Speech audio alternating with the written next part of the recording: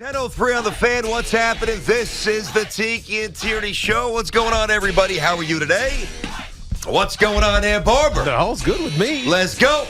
Guys got a big game this weekend. Oh, yes.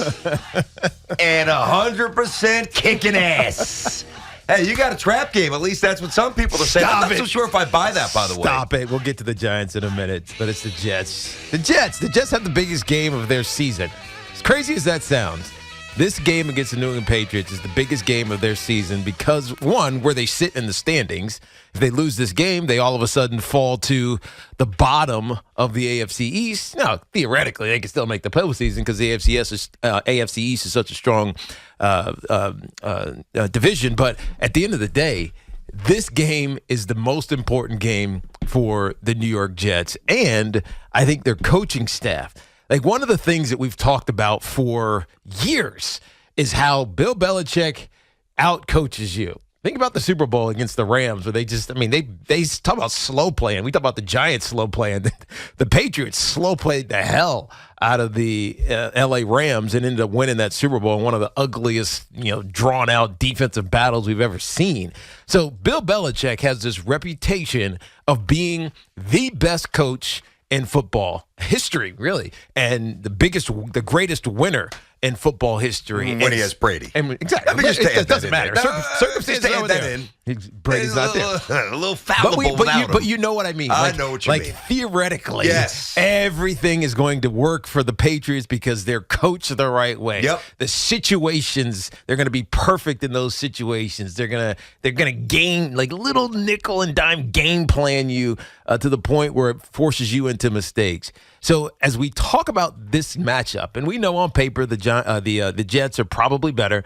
We know that the Patriots are scuffling. The coaching has to come into focus for Robert Saleh and Mike LaFleur and Ulbrich on the defensive side of the football. They have to outcoach this Patriots offense and defense. Otherwise, you get caught, falling into that same narrative that Bill Belichick can outcoach anybody, even when his team is inferior. Well, I think that's a really good point because everything about the Jets, and I get it, much like with the Giants for the most part with Daniel Jones, we just, we talk quarterbacks. Mm-hmm. That's especially with quarterbacks who were picked in the top 10. So, yes, Zach Wilson needs to play a whole heck of a lot better, but as much as we need the elevation in quarterback play, yeah, I'm with you. We need a slight but detectable elevation from the staff. And that's not to imply they haven't done a good job. Mm-hmm. They've done a really good job. Listen, Robert Saleh did something earlier this year that could have gone on his New York football tombstone, the receipts thing. I mean, that could have, and I mean, I'm not saying that it still can't, but it seems like that's been. I think we're past that. No, I agree. I think we've exercised it. Well, I mean, look, yes. But, like, if next year goes sideways, that's good. You know what I mean? Eventually that could be pulled back up. But it was said, there was energy, there was reaction, and then there was a really detectable spike in play from his team. So I think his instincts are right. I think this team really respects him. I think this team really wants to play for him. I know this team is talented.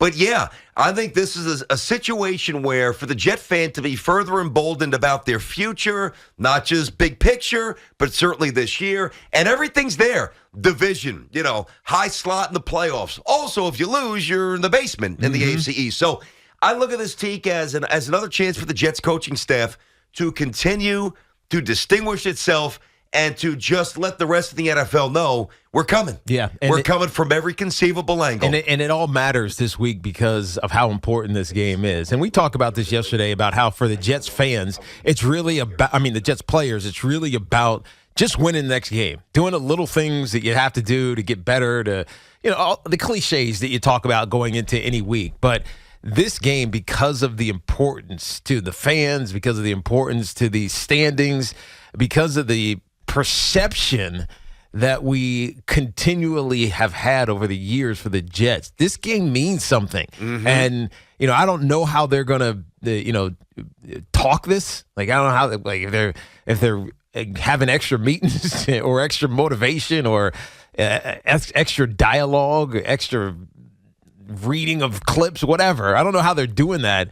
But this game's got to mean the most for this Jets team simply because if they lose, then you start questioning the playoffs. It changes a lot. Yeah, it does. If you win, if the Jets win, it's almost like, this is just our season. Like that feel that this is meant to be starts to creep in despite some of the early struggles of the team. And by the way, it's almost unfair. Like the Jets have done it's unfair, but it is what it is, the old expression. If the Jets were to play poorly this weekend, Monday's going to be, we're going to be all over the map with our energy, and, we're going to be drooling, and we're going to want a little blood there. We're going to want to know, depending upon the aesthetics of the game.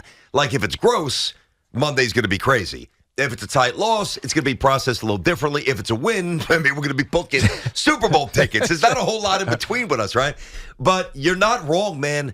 I think that you use the word perception, right? And to me, there's pertaining to the Jets. There's the Jets' perception historically, all-encompassing. And outside of Joe, it's not good. Mm-hmm. Not Joe Beningo, Joe Namath, right? Although he's the second greatest Jet, Joe Beningo. Joe Namath, I believe he has edged out Beningo, and he always has. So there's that aspect. But then a little more micro, like when you dig a little deeper within the all-encompassing history of the Jets, there is the perception and history of the Jets versus this team. And, in a lot of ways, like when I was growing up, it was the Dolphins. It was never the Bills that tormented me. It was never the Patriots. It was always Dan Marino. And not just the fake spike. Well, because he was great. Well, yes. Yeah. And, he was phenomenal. But also, they had an all-time coach in Don Shula. We went through coaches like it was going out of style. Boomer was wasn't his fault, but he was a part of the team that went 0-5 in December. Pete Carroll's only year with the Jets, 94. When, Aaron Glenn, who was a rookie, bit on that fake spike. All these things that we've regurgitated over the years. Really, the Dolphins haven't bothered us for a long time. Bills haven't bothered us. It's this team. Yeah. Just imagine this, Tiki. Imagine we're 17, 18. We're 5 years into this torturous, from a Yankee point of view, Yankees, Astros. Mm-hmm. Now, tack on 15 or 16 more years if it kept going. And then imagine how the Yankee fan would feel about the Astros. There are just certain games. Oh, it's 1 out of 17. Oh, each game means the same. Nonsense. You've got to exercise the demons. I think they're poised to play well, but I have to see it. You have to see it. We have to see it. And we can put all the spotlight on the quarterback. Coach has got to set the tone. Yeah, no, it is. To me, this is an opportunity to kill that narrative that Bill Belichick is the best coach in the division, right? And it's already starting to shift because of what McDermott's done up at Buffalo over the last couple of seasons. Honestly, Mike McDaniel is only a year into his tenure. I mean, he's looking fantastic down in Miami. So there's an opportunity that's presented to the Jets to change the belief that Bill Belichick is the best coach in division, league, whatever. And it starts on Sunday, right? I don't know if they take that seriously. I don't know how you manifest that, but I think that's a real part of the outcome of this weekend's game with the Jets. Well, I'll tell you how you manifest it. You embrace it. That's the thing. Like, to me, this is not tricky. Yeah. I'm not a coach. Yeah, you got to try to be.